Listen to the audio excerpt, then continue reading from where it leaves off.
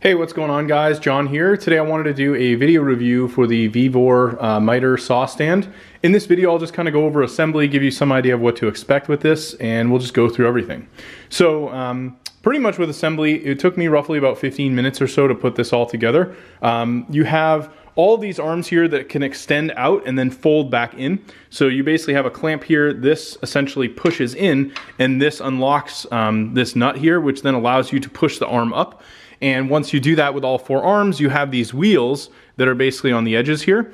You have these small little nuts that basically clasp over the end of these long rods that you push through this orange piece here in the end. You then tie this in with two nuts, so this basically has a little bit of play, but nothing that isn't going to prevent this from moving. These wheels are completely made of plastic, so given the weight of this, if you have a saw on it that's bolted onto it, it's going to be pretty easy to move this around and have some maneuverability.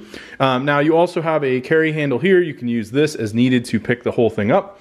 You also have these bars here in the end that can be adjusted. These can either extend out very far or extend back in.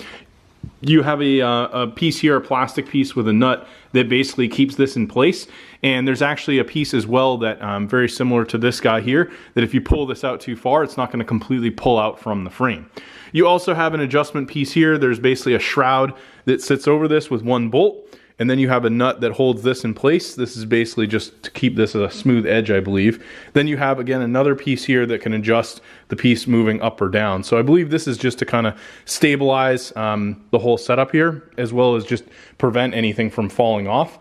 That's pretty much it with the assembly of this. The legs also do have multiple adjustment points, so if you need this to be a lot higher, you can do that as well. I feel like it's very well made. The manual does have picture diagrams. I'll just grab it here for all the installation, but hopefully showing it to you in this video is going to make that a lot easier for you. One thing I will note, and it's going to be hard for me to redo this, but this long piece here, when you go to put this in, there is in fact, if you spin it the other way, you'll be able to add one of these other nuts here. It's not really a big deal because with these screws, this is not going to come off, but you want to make sure you'll have an extra one of these guys if you do this wrong. It's basically this little kind of nut that basically sits and just clamps right onto the end here. So you'll just want to make sure you have this set the right way because as you can see, this one didn't go quite far enough. So I wasn't able to add the piece to that side, but the screws are enough that it's holding it.